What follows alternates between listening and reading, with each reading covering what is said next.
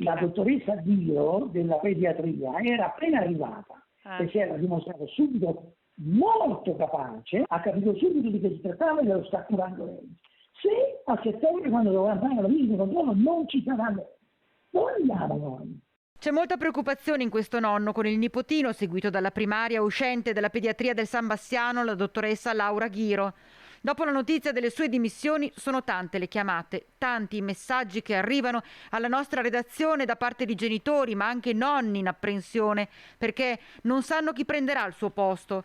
Come questo nostro telespettatore con il nipotino malato dalla nascita e sin da subito preso in carico direttamente dalla primaria Ghiro, cui si affidavano ciecamente.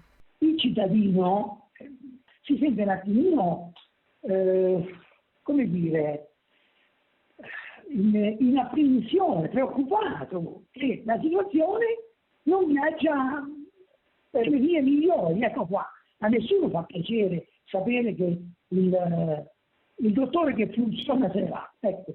Poi magari c'è quello veramente preposto, capace, dalle dimissioni se ne va e poi magari ti mandano, non so, a Vicenza, a Siago, da qualcuno che non ti conosce. Ecco qua. Il caso della primaria Ghiro è solo uno dei tanti che riguardano medici e infermieri in fuga dal San Bassiano, andando a minare un equilibrio già fragile nel nostro ospedale. Chi dirige una struttura simile dovrebbe pensare a tenersi stretti i suoi medici, le sue eccellenze, perché significherebbe solo garantire cure eccellenti ai pazienti.